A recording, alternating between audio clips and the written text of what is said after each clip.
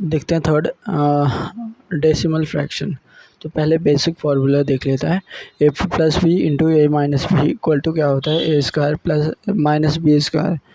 ए plus B का whole square equal to A square plus B square plus two A B. A minus B का whole square A square plus B square minus two A B.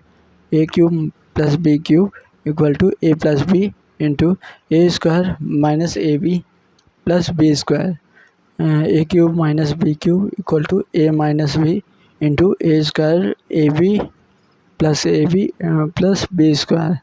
A cube plus B cube plus C cube minus 3ab c equal to क्या होगा, दो एक बार single time लिख ले ए B C लिख दे, A plus B plus C लिख दे और दूसरे टाइम क्या कर दे स्क्वायर फिर with minus of the adjacent, मतलब क्या हो जाएगा A cube plus B cube plus C cube minus 3ab तो क्या हो जाएगा इक्वल टू हो जाएगा A plus B plus C into A square plus B square plus C square minus A B minus B C minus C ए, ये हो जाएगा।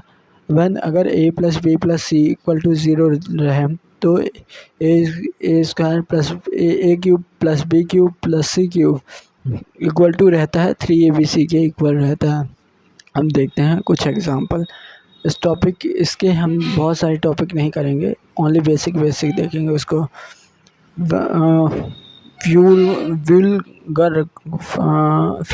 वुल्गर fraction होता है कि जो सिंपल लिखते हैं उसी को वुल्गर फ्रैक्शन बोलते हैं। जैसे 75/100 फिर इसको सिंप्लीफाई करके 3/4 कर दिए, इसी तरह तो डेसिमल में दिए रहेंगे तो वुल्गर फ्रैक्शन में कन्वर्ट करना होगा।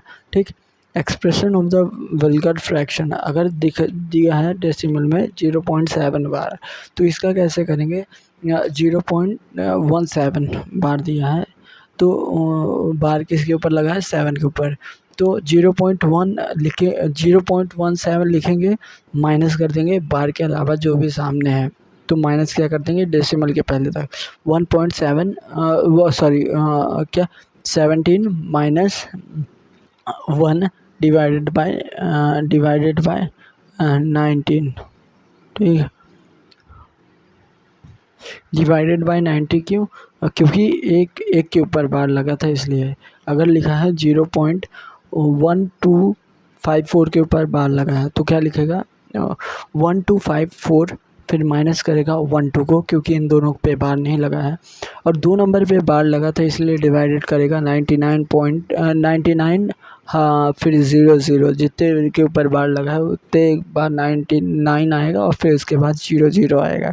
इसी तरह लिखा है 2 पॉइंट, अभी तक हमने 0 पॉइंट्स के किए, अब 2.536 है तो देखिएगा हाँ तो 2 को अलग कर देंगे तो 0.536 हो जाएगा और फिर उसके बाद क्या करेंगे 536 लिखेंगे माइनस कर देंगे किसके आगे वाले को, तो क्या हो जाएगा -53 में 6 के ऊपर बार था तो 56 लिखेंगे और फिर उसके बाद 1 के ऊपर बार था तो डिवाइडेड बाय क्या कर देंगे 900 कर देंगे, क्या कर देंगे 900, जो डेसिमल उसके आगे बचे हैं उसके उतने 0 लगाएंगे।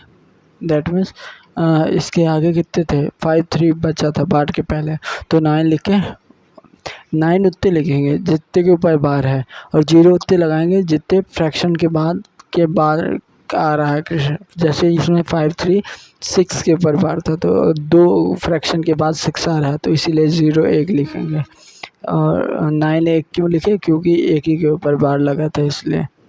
ठीक, फ्रैक्शनल वाला।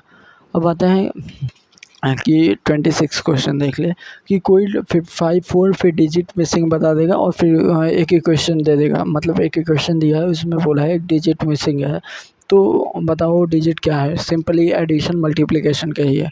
तो तू पूरे डिजिट को x मत मान, पूरे नंबर को ही मान ले, पूरे नंबर को ही x मान ले और उसकी वैल्यू आ जाएगी तो उसमें देख के उसके डिजिट रख देना। ठीक, अब क्वेश्चन नंबर 37 दिया है कि 2 डेसिमल का प्रोडक्ट दिया है, प्रोडक्ट करने को बोला है और बोला है कि इनके प्रोडक्ट से कितने नंबर ऑफ डेसिमल आएंगे। तो पहले वाले जैसे नंबर है 95.75 2 है डेसिमल के बाद।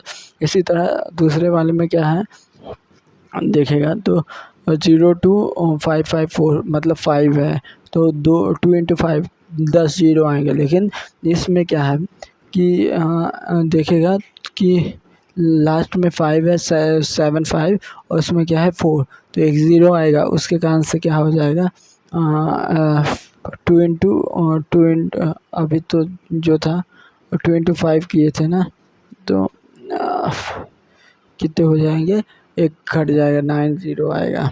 ठीक, ये हुआ है। और क्वेश्चंस हैं अभी किया नहीं, क्वेश्चन इसके नहीं देखा हूँ। अगर इफ़ डेसिमल फ्रैक्शन चाहिए तो इज़ बेस्ट। अब सिंप्लीफिकेशन देख लेते हैं। सिंप्लीफिकेशन में ही सिंपल मेथड्स हैं, अब उसे देख लेना। अब जब एक के डिवाइड के अंदर नीचे भी डिवाइड दिया हो तो उसके नीचे भी डिवाइड दिया रहता है, तो बेस्ट वे ये है कि नीचे से ओपन करें।